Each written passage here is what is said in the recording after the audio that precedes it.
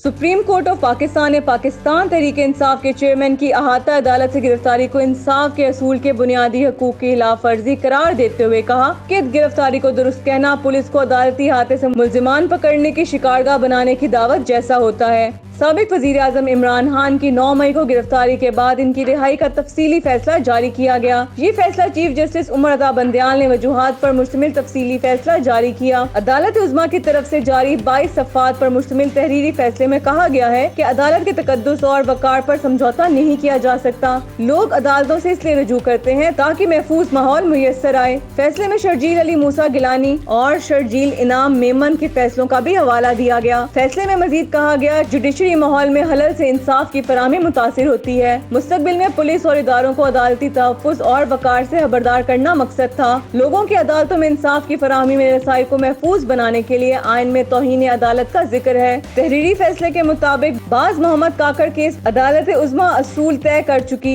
इंसाफ की फराहमी में हलल नहीं पैदा किया जा सकता। अदालत अदलिया के बायोमेट्रिक रोम का दरवाजा, खिड़कियों और शीशा तोड़कर गिरफ्तारी अदालती वक़ार की मुनाफी है। फैसले में मजीद कहा गया कि गिरफ्तारी के वक्त वकला, पुलिस एहलकारों और हाई कोर्ट के अमले को जख्मी किया गया तो अदालत को नीचा दिखाने के मुतरादिफ है। सुप्रीम कोर्ट ने इसीलिए 11 मई दरख्वास्त गुजार की गिरफ्तारी खिलाफे कानून करार दी। फैसले के मुताबिक चेयरमैन PTI की गिरफ्तारी को दुरुस्त कहना बुनियादी हकूक के खिलाफ होता। गिरफ्तारी को दुरुस्त कहना पुलिस को अदालती अहाते से मुल्जिमान पकड़ने की शिकारगाह बनाने की दावत जैसा होता। साबिक वजीर आजम से पूछा गया कि क्या वो खुद को 9 मई वाकयात से लाताल्लुकी जाहिर करते हैं। साबिक वजीर आजम ने जवाब दिया कि वो गिरफ्तार थे, मालूम नहीं कि मुल्क में क्या हुआ। चेयरमैन PTI ने यकीन दहानी कराई कि कभी कारकुनों को तशद्दुद पर नहीं उकसाया। चेयरमैन PTI ने यकीन दहानी कराई कि वो मुल्क में अमन चाहते हैं।